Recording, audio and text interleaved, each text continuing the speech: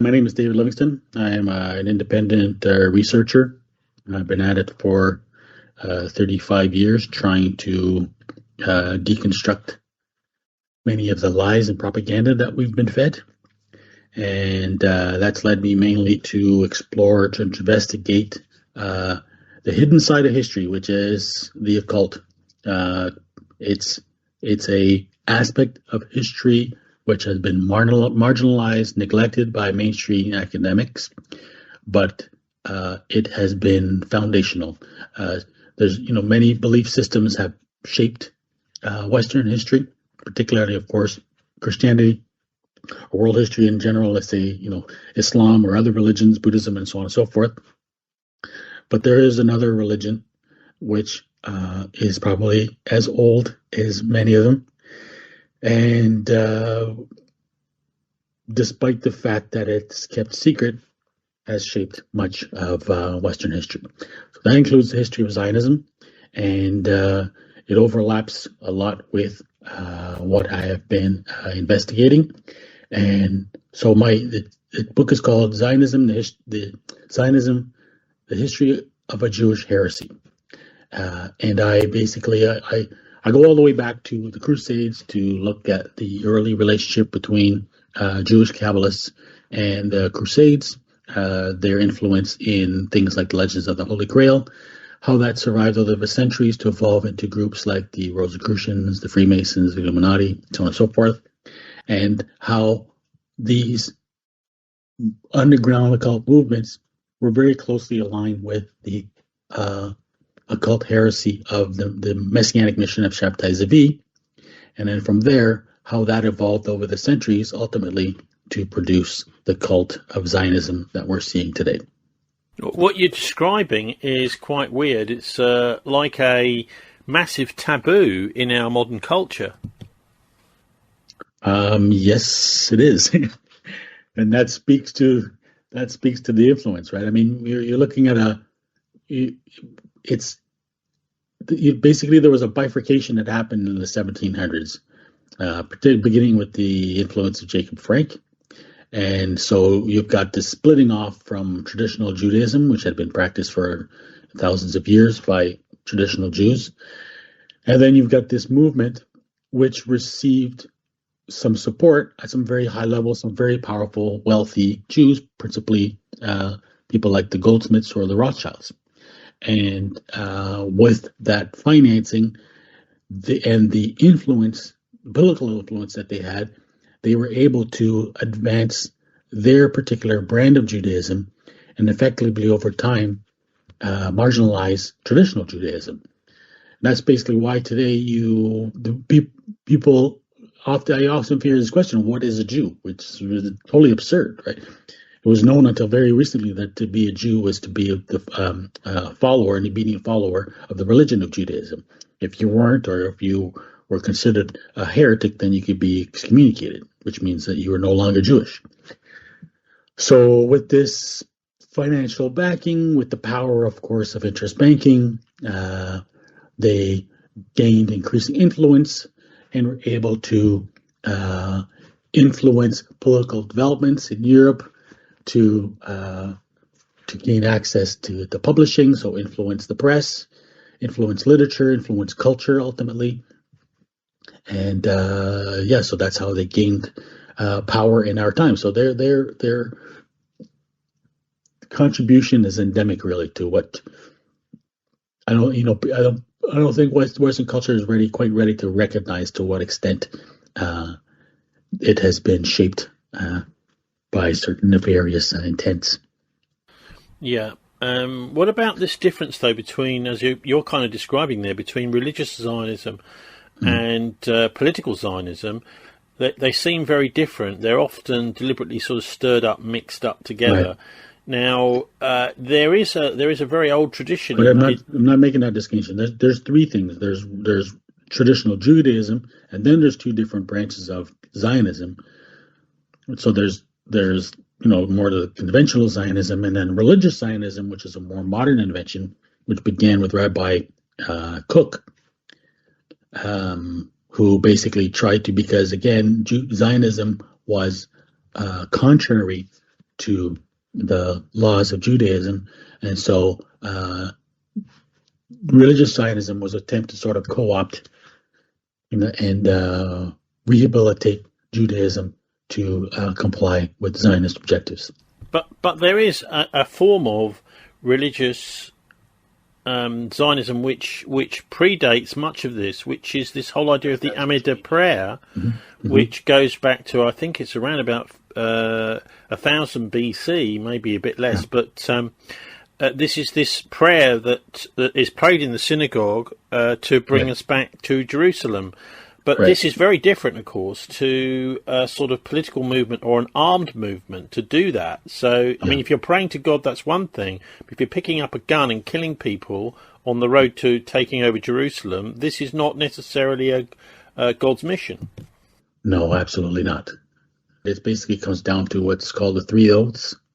And the oaths, one of the three oaths specifically forbid Jews to colonize Palestine. They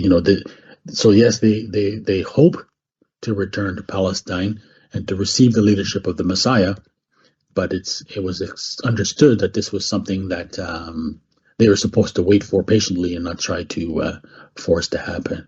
You also mentioned interest there and usury, because this seems to be quite an important element. I mean, we had anti-usury laws, very strict ones in England until the Reformation, and it seems as if much of this has gone. I mean, the allegations against Jews in England in the old days were that they were the only ones who would lend money, and they did it at interest, to non-Jews. But if you look at the history of, for example, the burning of Jews in York, you'll find that the people who wanted them dead were simply really wanting to get rid of debts, by going... And as soon as the Jews had been killed by burning in York, all of the people that had been ringleaders behind it went round to the cathedral, got all the certificates of debt, and burned them all. So there is obviously a motive involved in all of this. It's not just hatred of Jews; it's just not wanting to pay your debts. So what do you make of this sort of idea of the Christian and Muslim and Jewish edicts about banning usury? Well, I mean, the thing is, that's what's not recognized. I mean, even the Bible says, of course, the Bible forbids usury as well, too, right?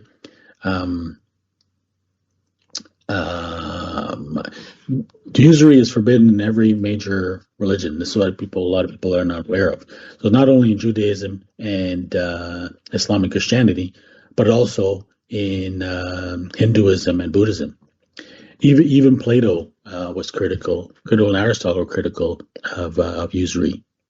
I think it was Plato or Aristotle, I'm not sure which one, but they describe money as being a means, right? And that you can't really lend at interest in it. It's a ruse. The way I described it is like if you lend somebody a 12-inch ruler, but you say, I want you to give me back. You have to give it back to me in a month, but I want it to be 13 inches. Right? Money is a measure. It's not something that can be increased like that. So that's basically what the con is. But it has a pretty extraordinary money making powers, largely because it is a con, and it's not a real investment. It's a kind of extortion, and so yeah. I mean, historically, what's happened is that the Jews were aware that it was forbidden, but eventually the laws were modified over time so that they permitted themselves to lend. They weren't allowed to lend to themselves, but they were allowed to lend to the non-Jews, and of course, being a marginalized people in most countries, in particularly Europe, money lending was a way for them to manage to get by, basically, as a marginalized people. So yeah, and it was extortionist. So that's why you find most cases Jews were kicked out of almost every country of Europe for the longest time. Right, they were kicked out of England in 1290, And almost every time the case is, it's usually because of accusations of, their money lending practices.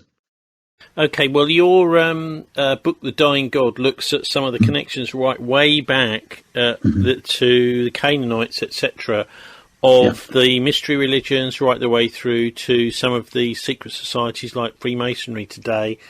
Yeah. And I wonder what you make of the Druids. I've been reading quite a bit about them recently. Taliesin, who's a bard, writing just a couple of years, 100 years after the Romans extinguished officially the Druid faith. He makes quite a lot of claims about what their values were. They were into human sacrifice.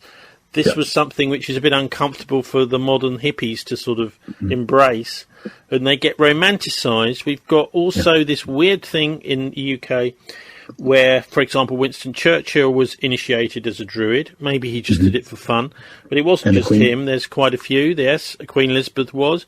Another person who was Archbishop of Canterbury, Rowan Williams. Last but one of the archbishops of the Church of England. So there's still something going on with this, even if it is just a sort of symbolic organisation. So I wonder what you make of Druids, and also, when you look at some of their practices, it does look as if the Phoenicians, who were trading up and down the eastern Atlantic coasts, right down Africa, out of the Mediterranean, and up as far as Norway, for example, this may be actually their religion. Yeah. So, well, yes and no. So, what's very interesting about the Phoenicians, if you look at the account of Herodotus, who wrote in the 5th century BC, about he basically explained that the Phoenicians were an Egyptian colony. And he described them as practicing circumcision. So, so what's interesting, this is what I explore quite a bit in The Dying God, like you mentioned, because there's a number of books that are particularly, these are some of the leading scholars on Greek civilization, people like M.L. West. He wrote a book called The East Face of Helicon. It's a gigantic book. And Walter Burkert, he wrote a number of books. One of them is called The Orientalizing Revolution. Because basically, in Greek civilization, there's two distinct periods. There's the Archaic period and Classical period. And the Archaic period is marked by Near Eastern influences. And the reason why M.L. West called his book The East Face of Helicon is because he points that in part it's the Near Eastern influences were particularly prominent in Archaic Greece, but it was Palestine in particular which was the most influential. So that even that, if you look at the alphabet, our word alphabet, so if there's all the borrowings that the Greeks took from the Phoenicians, one of the first ones was the alphabet. And we still have the words today based on it, but alphabet comes from what is it, alpha and beta, which is basically from Hebrew. And so my argument is that clearly what Herodotus is saying is that he is confusing the Phoenicians for Jews. At the time, it wasn't known who the Jews were. And if you look at the entire period from particularly after sort of the reign of Solomon, that the Jews were no longer practicing the religion of Judaism. That they were practicing the worship of the dying God, which was who was known at the time as Baal and Astarte. And Ishtar. Sorry. And so basically, the early Jews would have been indistinguishable from the Phoenicians. And I think that basically what we're talking about is when we look at the Phoenician Empire, which was pretty substantial, right, with colonies all the way into Carthage. They were trading across the Mediterranean, apparently as far as the Portugal, but in some cases they say England. That what that would likely have been would have been the early Israelite Empire. There's another interesting book called by Raphael Patai. He's a very famous Jewish historian. I think it's called The Children of Noah, and that's a very interesting one as well because he basically looks at early evidence to support the claim that the early Israelite empire could have been a seafaring nation, which would basically connect them to the Phoenicians. So to come back to your point about the Druids, Pliny the Elder, who lived, I'm not sure what century, first century AD, I think is what it was. He wrote one of the most detailed account or criticism, I guess you could say, of the religion of the Magi. Because you guys, it's probably what I detail in my book, The Dying God, is how in the 6th century BC, the Jews were taken into captivity to Babylon, and that's where it developed the early beginnings of what would eventually evolve into the Kabbalah. And to the ancient world, they were known as Magi, the same Magi that are mentioned in the New Testament, who are astrologers who followed the star to discover the location of the Messiah. So the Magi basically had an influence. The early influences were in Egypt, contributing to the cult of Hermeticism, and in Greece as a philosophy.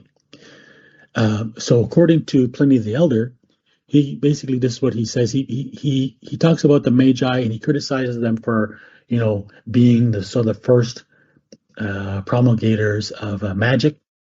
And then he says that magic was flourishing to such an extent in England that you would think that it was born there rather than Babylon.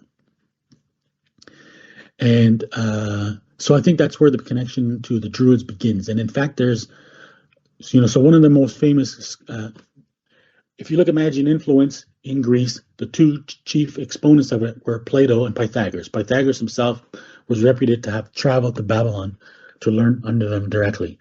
And so I can't remember whose account it was, but apparently the Druids learned their cult from a student of Pythagoras.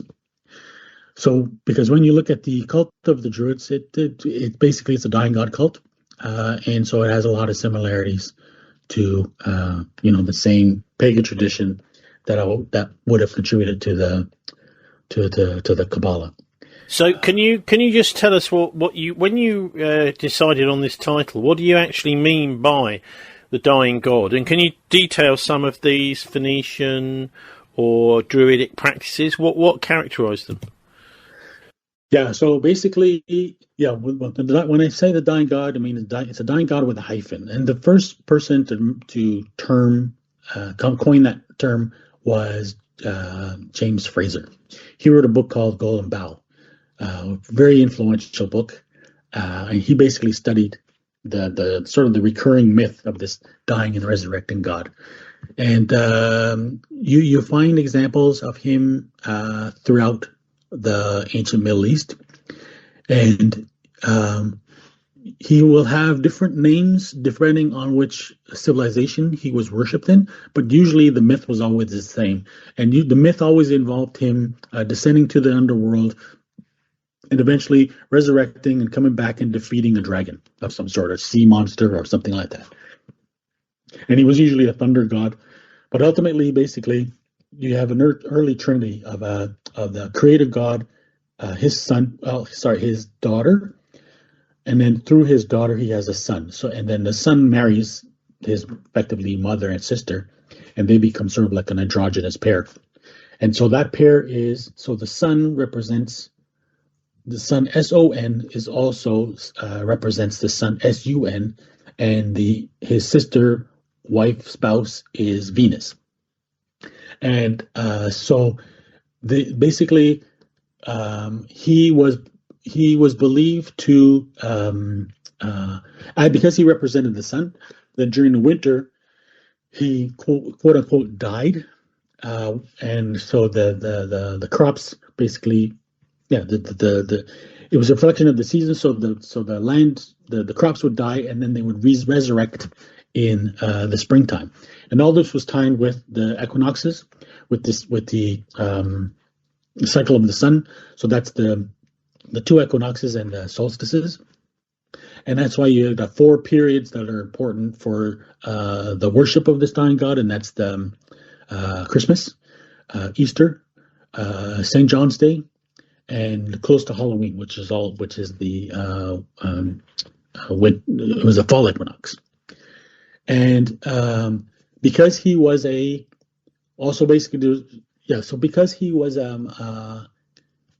he was connected to the underworld. And this is a lot of sort of counter propaganda tries to claim that he was falsely identified with the devil by Christians who were basically trying to castigate anything that was pagan.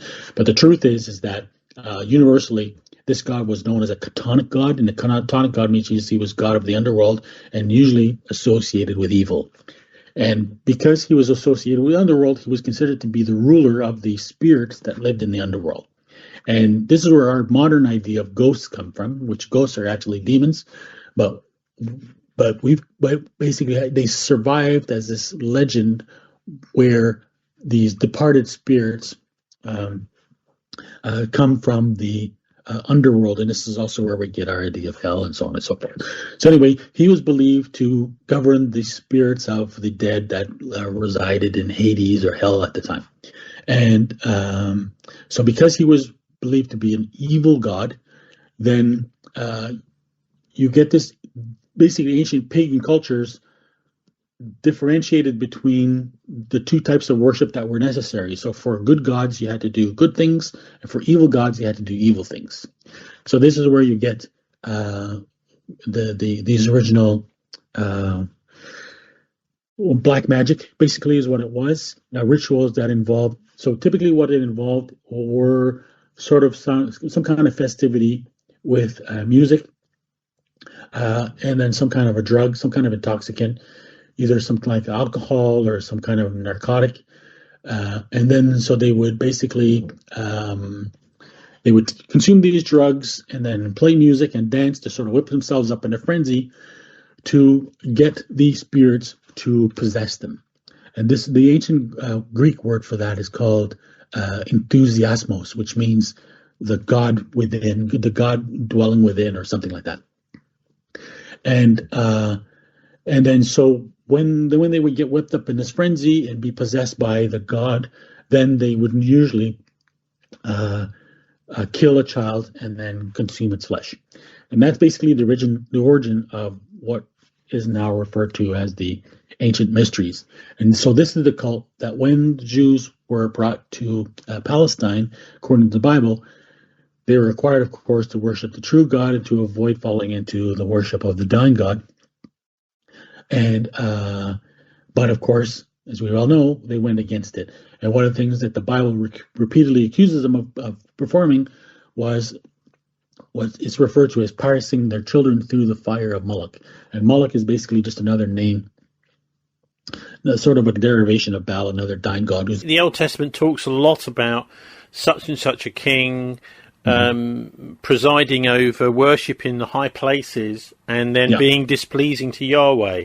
So there were quite a lot of those, and not so many Jewish kings of Jerusalem, kings anyway, who adhered to these Yahweh Moses rules. Exactly.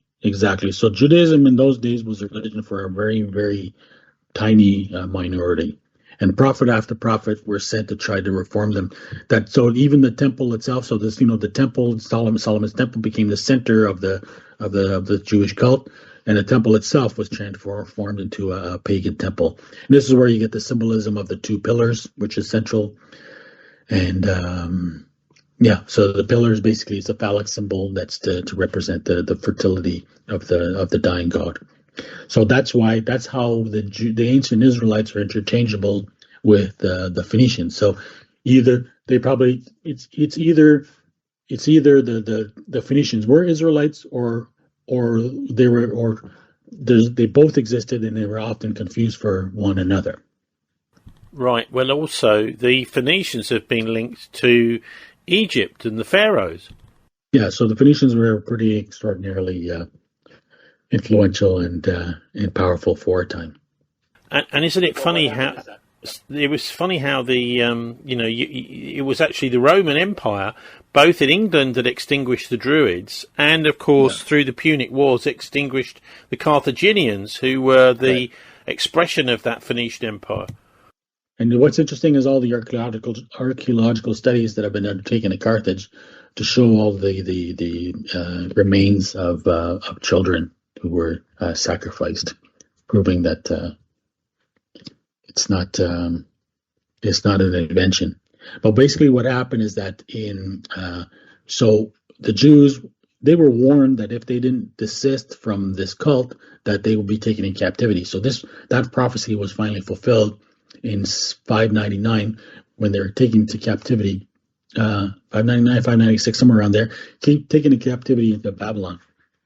And what seems to have happened there is that this dying god cult then was now mixed with the Babylonian magic, because there's a whole sort of a tradition of astral magic that existed in Babylon, omen astrology, omen astralism, or I'm not sure what you call it. But basically, this is where you get this merger of this, but it's effectively in the 6th century in Babylon that astrology was invented. So this combination of astrology, magic, and the dying god worship, it became this cult now that we're experiencing today. It wasn't called Kabbalah at the time, but it's where Kabbalah had its origins. Because there are these two Talmuds, aren't there? The Babylonian Talmud and the Jerusalem Talmud. It's almost like there's been a tug of war, really, for control of the Jewish faith for literally thousands of years. Well, yeah. So this Gershom Scholem refers. He's the one who sort of identified this tradition, and so where you find it first is among the Essenes, and what Gershom Scholem he refers to it as Jewish Gnostics. So these at the time were Jewish heretics, and so this didn't in any way, there's always basically this twin path in Judaism, right? You've got the sort of more traditional religion, and it wasn't necessarily never uncorrupted, but it's separate. That corruption is not to be confused with the separate tradition of the Kabbalah. And so, because if you look at all the early Christian Gnostic sects, they were all tended to be Jewish, particularly groups like the Ophites, who were basically serpent worshippers. And so what's curious is that the Kabbalah only emerges in the 1200s, 12th century, in the late 1100s. And what puzzles people like Gershom Scholem is, how is it that a tradition which had been marginalized for 1,000 years up until that point, all of a sudden was fully and openly and boldly expressed in some of the literature that emerged at the time. So this Kabbalist tradition, again, was a heretical tradition that for a long, long time was marginalized. And it's really only, I'm not an expert on this subject, but from what I understand, it's beginning 1100s that begins to start to gain some ascendance. And then it's slowly over the centuries starts to gain more and more influence, but it was always pretty marginal. And it's only particularly with people like Isaac Luria that it really starts to really grow in influence. And then, of course, most importantly, with movements like that of Sabbatai Zvi and Jacob Frank. Well, so you're describing this religion which is trying to hang on in there, which is the foundation of Christianity and Islam eventually. Yeah. But this is the idea: is you've got the Ten Commandments. This is a moral code. You've got the one God, named Yahweh. Various people give it sort of slightly different, like Jehovah, this kind of thing. But as against that, you were describing yourself this idea of different gods, evil gods and good gods. So is it fair to say that old, the pantheistic idea of lots of different gods, you kind of pick and choose whichever one you want? Isn't that kind of expressed through Hinduism today? I don't know. I'm not that familiar with Hinduism. There's pagan traditions and there's Satanism, and then some elements of paganism are satanic, but paganism itself is not satanic, right? There's neo-paganism today, which is trying to hijack pagan tradition, but in reality is just Satanism. So I'm not sure. I'm not familiar enough with Hinduism to be able to characterize it, because what we're talking about here, the dying god worship, is specifically it's. The thing is, right, Satan is worshipped even in traditions that were not Judeo-Christian, right? That's basically what we're talking about. So the Phoenicians would have worshipped a brand of, the Phoenicians, the Egyptians, the Greeks, and even there, I'm not sure how widespread. Because what's really interesting is that there's a case, there was a problem in Rome, and I can't remember what years it was, in the 300s or 200s. Where a mystery cult was exposed, and they were banned by the Roman government. And if you read the description by Livy, who described the rites that were taking place, and it's just awful, right? Basically, he says that these people get together in the hills and they murder and they practice orgies and they all kinds of evils, and it was considered repugnant. And this is by a government which is pagan itself. I suppose we've got quite a lot to thank the Romans for in that case, exposing these things. But you're describing this interesting tradition. So to begin with, you've got like prehistoric kind of power cults around killing your opponents.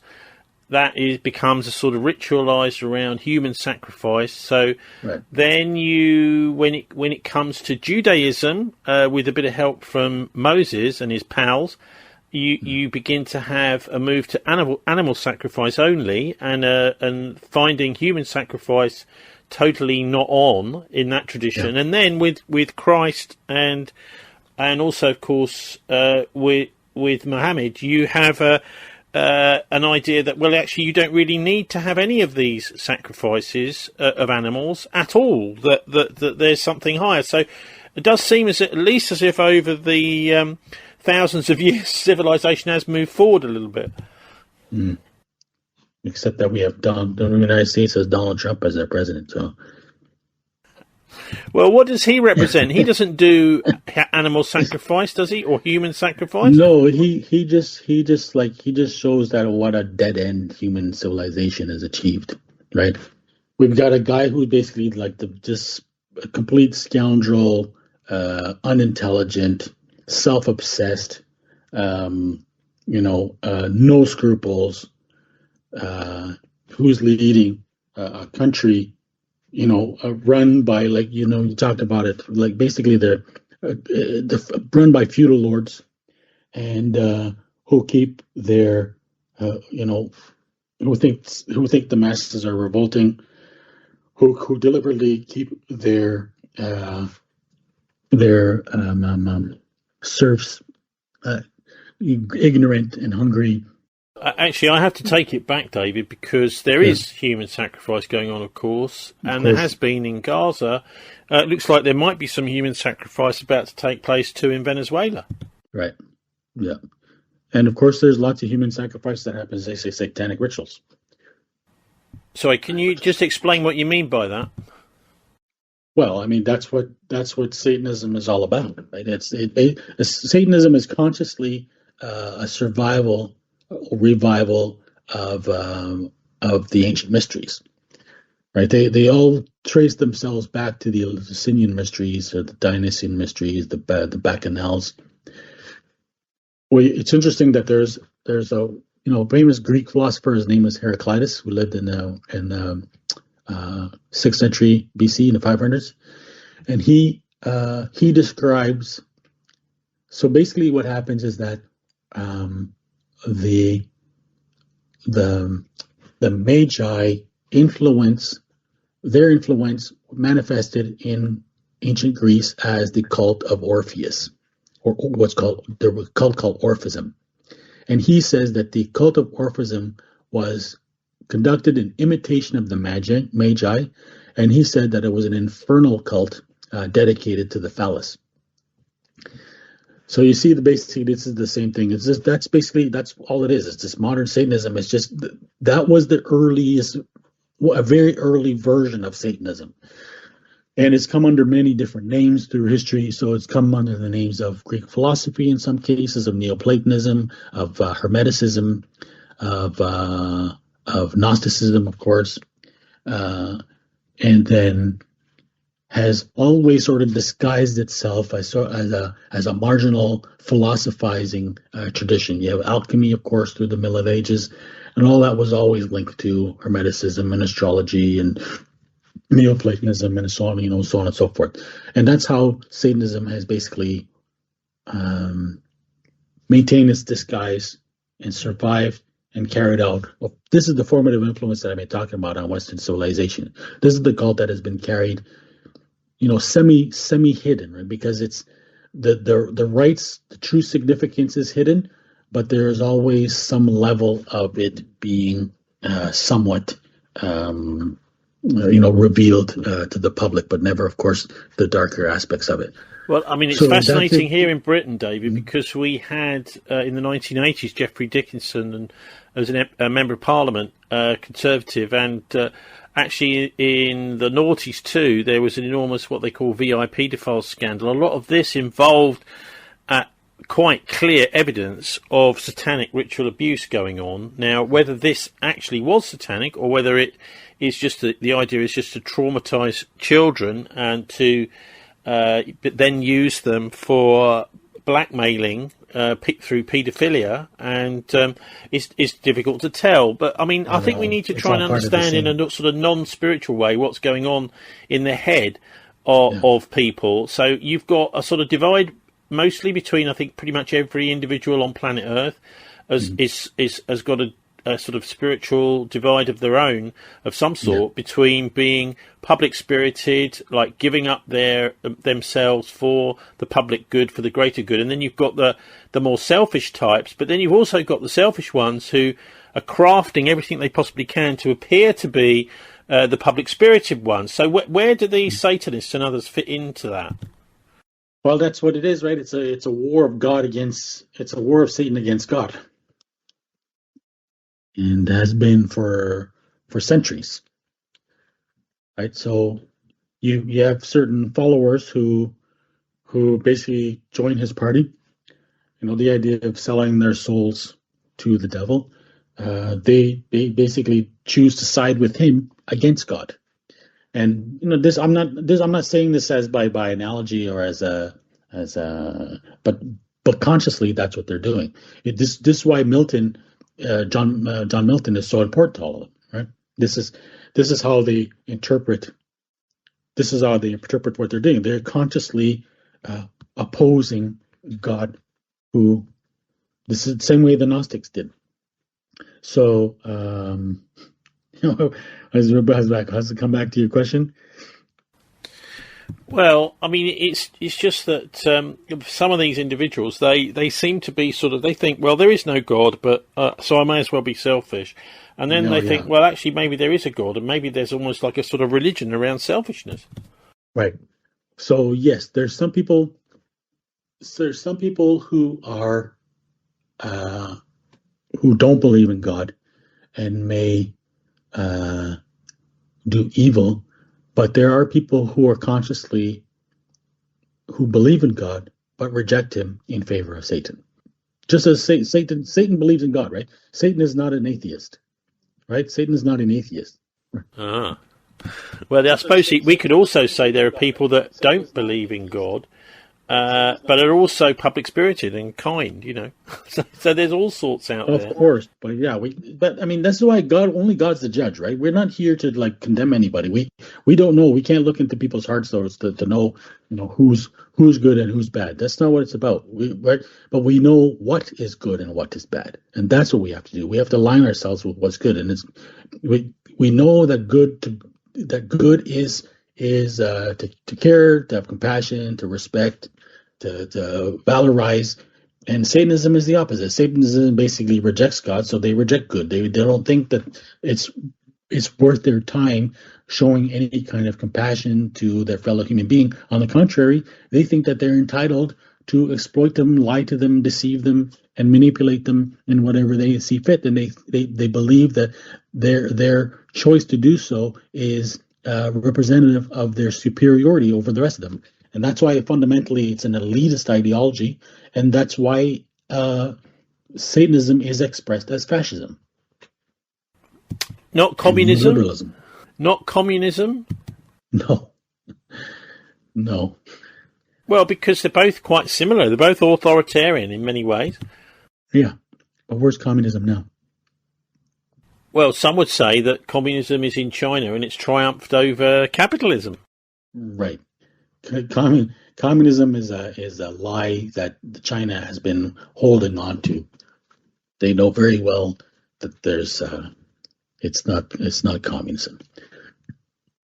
If you look, basically the conspiracy that we experienced the last 150 years or so has been a fascist conspiracy, because Satanism is expressed as fascism, and that's why everywhere you look, if you want to trace the conspiracy from the early 1900s all the way up to Trump, it's a fascist cabal, fascist and Nazi, and Kabbalistic and Gnostic all at the same time.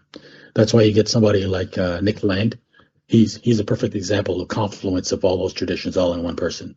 Same thing with Dugan. That's why they're part of the same tradition. If you look at all of them, they're all Kabbalists and Nazis at the same time.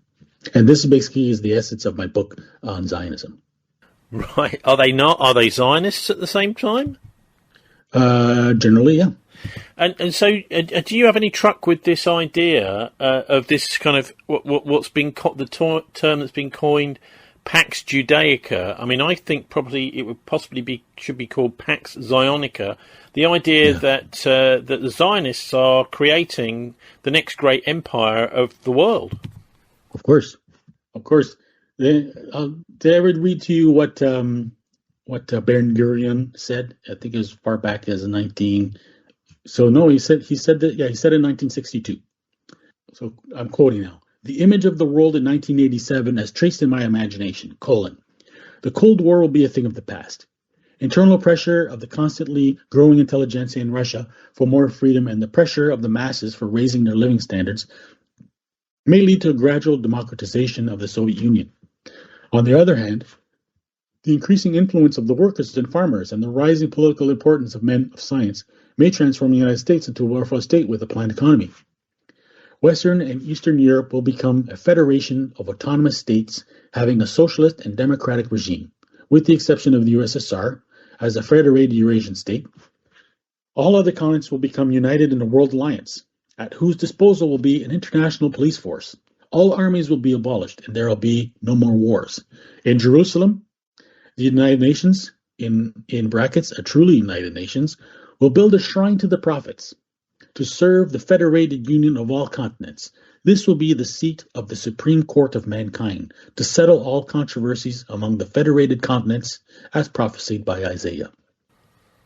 Right, so that's sort of spelling out the plan, I suppose. Yeah.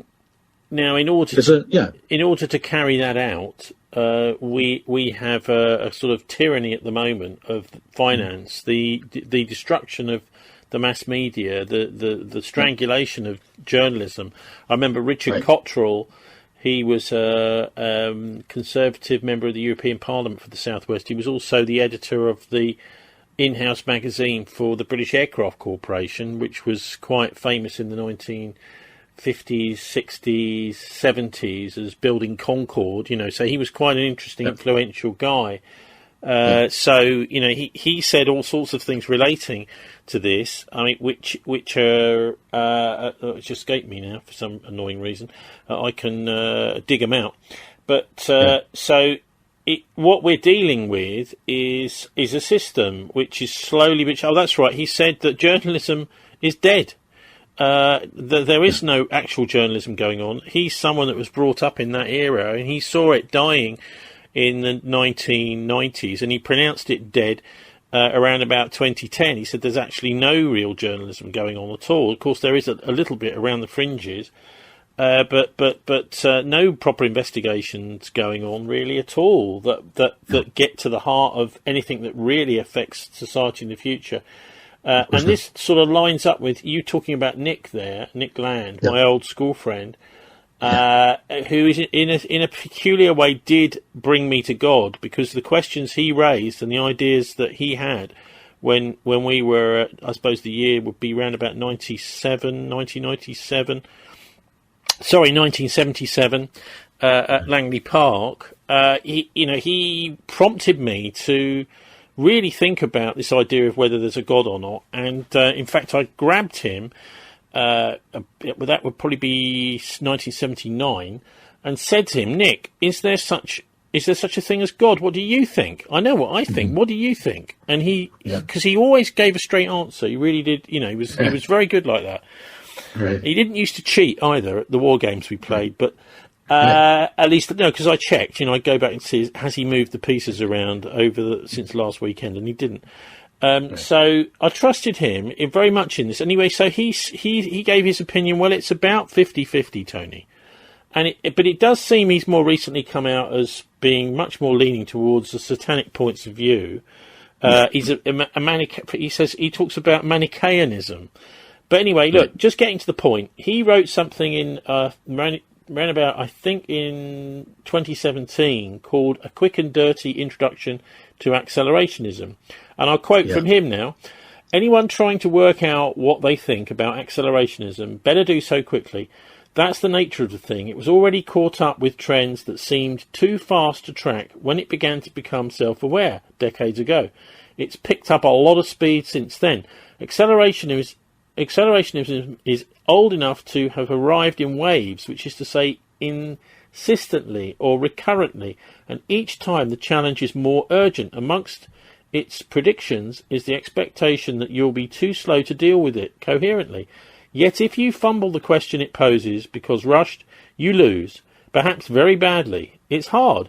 For our purposes here, you are standing in as a bearer of the opinions of mankind. Time pressure, by its very nature, is difficult to think about. Typically, while the opportunity for deliberation is not necessarily presumed, it is at least, with overwhelming likelihood, mistaken for a historical constant rather than a variable. If there was ever time to think, we think, there still is and always will be. The definite probability, the allotment of time to decision-making, is undergoing systematic compression, a neglected consideration even among those paying explicit and exceptional attention to the increasing rapidity of change." So he's really saying that they're way ahead of us, and everything we try and do is pointless. There is no alternative. There is going to be a total control and ownership by the people with money. They will just basically run and own everything. Capital will be sovereign. Yeah.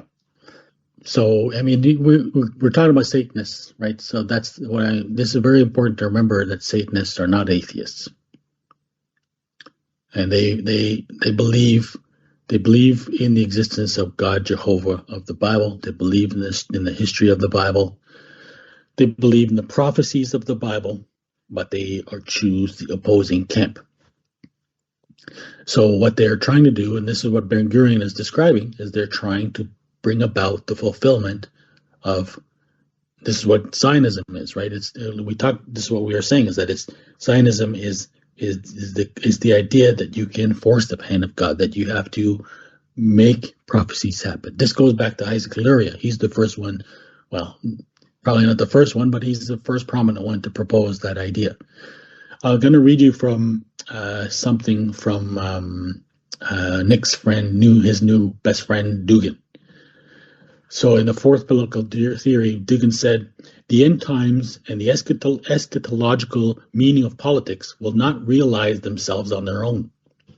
We will wait for the end in vain. The end will never come if we wait for it, and it will never come if we do not. This is essential because history, time, and reality have special strategies to avoid Judgment Day, or rather, they have a special strategy, a revolutionary maneuver that will create the impression that everyone has come to a realization and understanding. This is the huge arsenal of Heidegger's noch nicht, or eternal not yet. If fourth political practice is not able to realize the end times, then it would be invalid. The end of days should come. It will it will not come by itself. It is a task. It is not a certainty. It is active metaphysics. It is a practice. And is Dugin approving of that? Is he just observing it? No, that's his belief system. This is the basis of Dugin's whole philosophy, which he's called the Empire of the End Times. Right? This is where it gets really, really complicated. If you understand all these people, how they all connect together, and this is where Land's acceleration comes in. So this is all goes back. So we talked about there's many manifestations of Satanism in many forms, like Hermeticism, so on and so forth. Right? The most recent one in our century is traditionalism. This is a whole idea that goes all the way back to the Renaissance, but most recently was popularized by René Guénon, and then has had various modifications over the centuries, and it's very closely related to fascism. And so Dugin is really the modern exemplar of this whole tradition, and it links all kinds of people. If you look at Dugin's friends, so he's friends all over the place. We talked about this before. I'm not going to repeat, all the connections that he has, but basically he's very much at the center of the Luciferian International. And one of the key organizations that to publicize a lot of this traditionalist thinking is a publishing company called Inner Traditions. And so this is where you get the whole nexus of all these people. A lot of the people who are associated with sort of the ancient aliens nonsense, a lot of the sort of like these, what they call New Egyptologists, sort of a lot of the New Age mumbo jumbo. They also publish Vola's books, because Dugin is a major proponent of Julius Evola. And this is now where you start to see the link now to the accelerationist movement. So Nick is considered really sort of the modern godfather of accelerationism, but it really goes back to a guy named James Mason in a magazine that he used to operate called The Siege. And so James Mason was a member of the American Nazi Party for a while, and then he befriended Charles Manson, and they created some kind of publication together. I can't remember what it was called.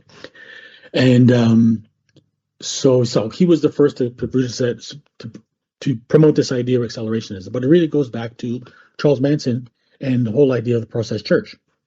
So again, the process church now has many, many links, right? I recommend anybody who's looking into it to read Maury Terry's book. There's also a half decent documentary about him on Netflix if you want to give a vague idea of what his research is about, but it's really amazing. So if you want to talk about what Satanism looked like today and satanic ritual abuse, he treats all that in its connection to the process church, because that's what Manson was inspired by.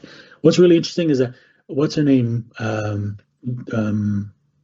I can't remember what her name was. The two founders, the female founder, something McLean, Marianne McLean, I think it was what it was on the founder, and de Grimstone, who were the founders of the process church. So she was actually one of the many sort of ladies that were pimped by a guy named now I can't remember his name, but who basically was behind the Profumo scandal. And so he basically operated out of the Cliveden House, I think it was called, a mansion that used to be owned by the Astor family. This traces back to, Lady Astor is a whole connection to the Cliveden set. They were all part of the sort of network of collaborationists appeasers, or who were trying to find appeasement with the Nazi Germany. Eventually, he inherited the right to live, I guess, or to at least use the Cliveden house, which is where he held, according to what's her name, the lady who was at the center of the Profumo scandal. She described basically these. That's Christine Keeler. Yeah. Thank you. That's her. She described these, what she called Masonically themed black magic parties. And so he was also friends with Billy Hitchcock, who funded Timothy Leary's stay at the Millbrook Mansion in Maine, which sort of became his headquarters. So, of course, now the whole idea of what Manson was trying to do with the killings, the killing of Sharon Tate and that whole group, was to basically cause to ignite a race war that would effectively accelerate our move towards the end times. And what's interesting, of course, is that Sharon Tate was the wife of Roman Polanski, who was the director of Rosemary's Baby, which featured Anton LaVey, who was the head of Church of Satan. Rosemary's Baby was produced by Robert Evans, who was connected to Roy Red and who was one of the leaders, according to Murray Terry, of the Process Church. So just to say that this is the whole network that we're talking about. So now Siege had a particular, I go to all this, anybody's looking for it, I go through all this in a chapter called The Black Order in volume 5 of my Ordo Abcal book. And this is where you see James, now we're back to James Mason, who was friends with Charles Manson, and the influence of his Siege publication on this whole sort of satanic network that connects back to Dugan. People like Boyd Rice, who was a friend of Anton LaVey. You've got this other guy, his name is, what's his name? Moynihan something. Moynihan collaborated with Inner Traditions, right, in the publication of Evola's Among the Ruins. Boyd was the founder of a social darkness think tank called the Abraxas Foundation. Of course, Abraxas was a very well-known demonic god of Gnosticism. He was also friends with a guy named Nicholas Schreck, who married the daughter of Zena, the daughter of Anton LaVey. So this is now this is a whole network that basically like connects to the black metal scene and all this stuff, and most importantly, the Order of Nine Angles. And so this is where really the sort of the crux of the modern manifestation of accelerationism is taking place. And now Nick Land himself has been promoting the publications of the Order of Nine Angles. The representative of the O9A in Australia is Kerry Bolton, who is a friend of Alexander Dugan. And again, in my chapter on them, it's a chapter now, volume 6 of my Order book, called Techno-Libertarianism. This is where I talk about the whole connection between Peter Thiel, Nick Land, accelerationism, an entire sort of neo-Nazi network of terrorists who all have links back to Dugan. Well, look, it's one of those interesting, weird things about Nick is his father was from South Africa. At least he'd been working for a long time there as a director of the oil company Shell. And he wound up living in a house on Hayes Common near Hayes railway station and coming to our school, Langley Park, on the train every day. So it's an interesting. A lot of this stuff does go back to South Africa. It seems to, obviously, Musk. There's a whole list of things because it was a British Empire haven during Nazism. The idea was that you couldn't be a Nazi in Britain. You really couldn't. It was extremely difficult. So the South Africans provided a place for people to go, and it seems like it was a sort of incubator. My book on the Fourth Reich obviously is of some interest here because what they were doing down there, it seems that the Bormann and others who had got all the wealth of Europe that they'd looted during the Second World War started feeding that into this secret financial empire, the 750 companies that were created by Bormann over in Buenos Aires, most of them, and then he was in Buenos Aires, he was creating them all around, mostly around the Western world, and then the money was laundered through the Sullivan and Cromwell law firm, which was the Dulles Brothers law firm in New York, into these businesses. And the most important thing is that they decided they were going to put Jews in as chairman of most of these companies in order to disguise the fact that it was Nazi money that had populated them. So this does seem to be quite a small bunch of people involved in all of this. Nazism is the underlying thread. Nazism is basically just the face of Satanism. It's a public face of Satanism. Well, they did talk about it in the Second World War as the crooked cross, didn't they? The swastika. Right. So it's like you're taking the Christian cross and you're snapping each part of it. And so, yeah, quite clearly, I mean, I think it was in it Rauschning, Dennis Wheatley quotes Rauschning, who was friendly with Hitler's circle in the run-up to the Second World War, and then came to Britain and started writing. He said, well, this is what the guys... He said that Rauschning had decided, when he came to Britain, he explained that Hitler was like a prototype for the Antichrist. So, you know, see, this is how it fits in possibly with that's what it is. It's a satanic Antichrist conspiracy. The first to use to adopt the swastika was Prince Charles of Hessen-Kassel. And so again, this is a family. He was the heir of a family that were the principal supporters of Martin Luther and then the Rosicrucian movement. Their family, this is why it's so important that they trace their descent back to Philip I Landgrave of Hesse, who again traced his descent back to the Night Swan that was popularized by Wagner, Hitler's favorite composer. His brother was the one who gave Amschel Bauer his start in his career, who later changed his name to Rothschild. He was also the one who granted the charter, if I remember, or basically he was the one who backed the founding of what's called the Frankfurt Juden Lodge, which was the first Jewish lodge to allow Jews to enter, from a Masonic lodge for Jews in Frankfurt. And basically that's really the network where you get the birth of all kinds of movements, because it was mostly joined by members of the Asiatic Brethren who were all mostly followers of Jacob Frank, most of them disciples of Moses Mendelssohn, who was the father of modern Judaism, especially Judaism and ultimately Zionism.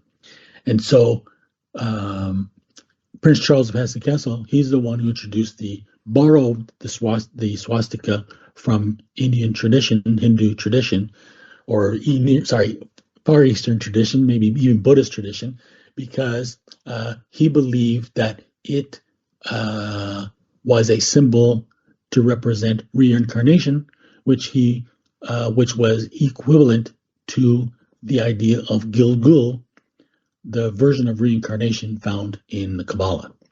And so the two symbols began to be used simultaneously: the swastika to represent the Gilgul of the Kabbalah, and the Star of David, which was a medieval magical symbol, also known as the Seal of Solomon, which was supposed to be the seal that Solomon used to control the jinn, the demons, in his practice of magic.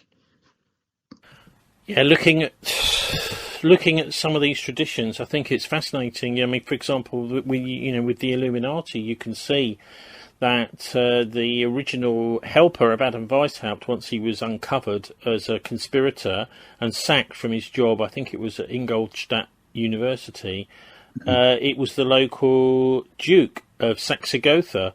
Now, that's funny because that's the same family as the British royal family.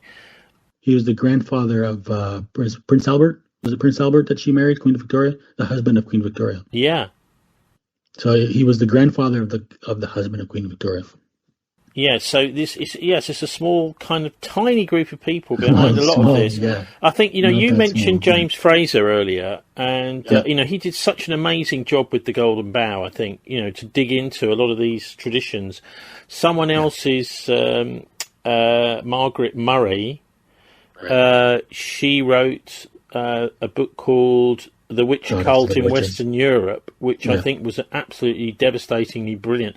No one was expecting her to write this because she was actually an Egyptologist, but she started getting more and more interested in the druidic traditions and witchcraft traditions in Europe and in Britain. And then she came out, I think, about 10 years after, maybe it was about 1930s, with another book called The God of the Witches, which look very closely at evidence from witchcraft trials. Now obviously we know some of those witchcraft trials would have been vindictive, but there was also quite powerful evidence that was coming out. It was a satanic tradition. But many of the people were freely given confessions because they'd felt they were in a cult, and this was a way of kind of escaping the cult by turning king's evidence or queen's evidence or whatever, as there was a changeover in the traditions from the old Vatican Catholic tradition in England to and Scotland, obviously, and to the Protestant faith. And this was one of the things that had been festering for years. The problems with the Catholic protection of witchcraft cults on the Vatican. So I shouldn't say the Catholics. It was the Vatican that was doing this. Anyway, so we've got James Fraser, we've got Margaret Murray. Are there any other people who you think deserve like a big thumbs up and a bit of a medal for the massive, amazing work that they've done over the last century or so? Oh, there's too many to mention. Some of them are not, they're not on our side, but of course there's Frances Yates. She really broke to the ground, I think. She's really the one, I think, who made the study of Western occultism respectable. She did an extraordinary study on the Rosicrucian movement, and Rosicrucian Enlightenment. But there's also several other books that she wrote. I think Gershom Scholem too. Gershom Scholem, his scholarship was outstanding, but he was partial to the Sabbatian tradition, so he's biased, but still an extraordinary scholar. And there is also, of course, this sort of knotty question of the Protocols of Zion, which were released, I think, by the Tsar's secret police not long before the Russian Revolution and the head chopping of the Tsar. So what do you make of that? Because this is quite controversial. It was used by Hitler quite a bit, wasn't it, the Protocols? Absolutely. So this is a central theme in my books, because the person who published the Protocols first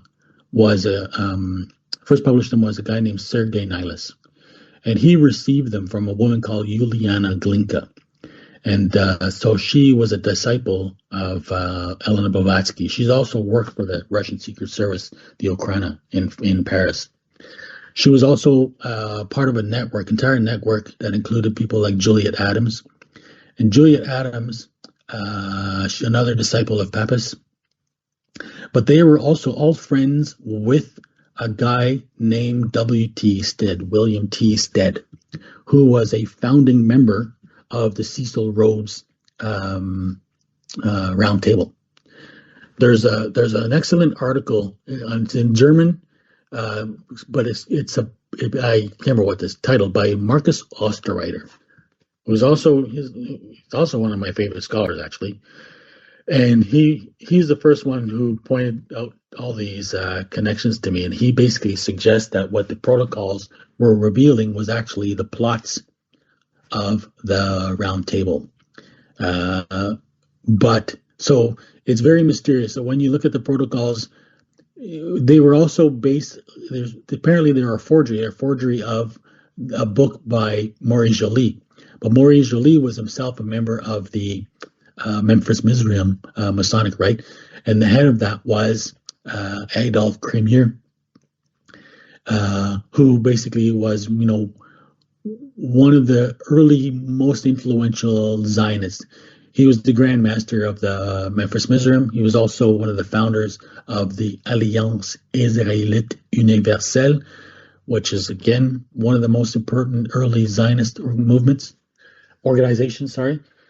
And so it's all very mysterious how it came together. But what's most revealing is that they were disseminated by a guy named Boris Brasol, and he's a really, really, really mysterious character. He was basically a Russian triple agent. Russians were at the time they were conducting what they called Operation Trust, and that was to promote anti-communism, to sort of entrap potential dissidents. So he first exercised it. So apparently, according to one of his good friends, his collaborators, he was a crypto Jew. But then he ended up in with a lot of other white Russian opponents of the Bolsheviks in Nazi Germany, and they founded a movement called the Aufbau. And the Aufbau included all kinds of people, especially two Thule Society members, which was Erich von Ludendorff and Alfred Rosenberg, who was, of course, the chief ideologue of the Nazi movement. And it's from him that the Nazis learned about the protocols, and that Hitler eventually used it as his, what Norman Cohn referred to as his warrant for genocide. So, if you look at, so this is the pretext that Hitler used to carry out his war against all the poor Jews of the world, right? Like cobblers and shopkeepers, and while he is basically receiving money from people like the Warburgs and the Rockefellers. But Boris Brassel then finds his way to the United States, and then he was referred to as, quote unquote, the brain trust of the America First Committee. So the reason why America First is so much in the news these days, it was, of course, first originally popularized by Trump, is because it's a revival of this concept that was originally a Klan slogan that was adopted by the America First Committee, which was basically a neo-Nazi front founded in the late 40s, or late 30s, I guess. I can't remember what year exactly, but it was founded to lobby to keep the United States out of the war. And so out of the America First Committee, you get the American Security Council, which has been described as, quote unquote, heart of the American military industrial complex. The JFK, this is why JFK assassination is so central, because it was a plot that was carried out by Israel through a organization, a front called Permindex, which had all kinds of fascist links worldwide, and with a team of rogue agents of the CIA headed by a guy named Ted Shackley. Sometimes they're also known as Operation 40, in league with the Klan, in league with the John Birch Society. And this is really see how this underground fascist right in the United States really sort of began to coalesce and coordinate and start to build their influence and agenda. They moved in during the Vietnam War. They moved into the Far East and headed the Golden Triangle heroin trade. Then finally in the 80s, that evolved into Iran-Contra.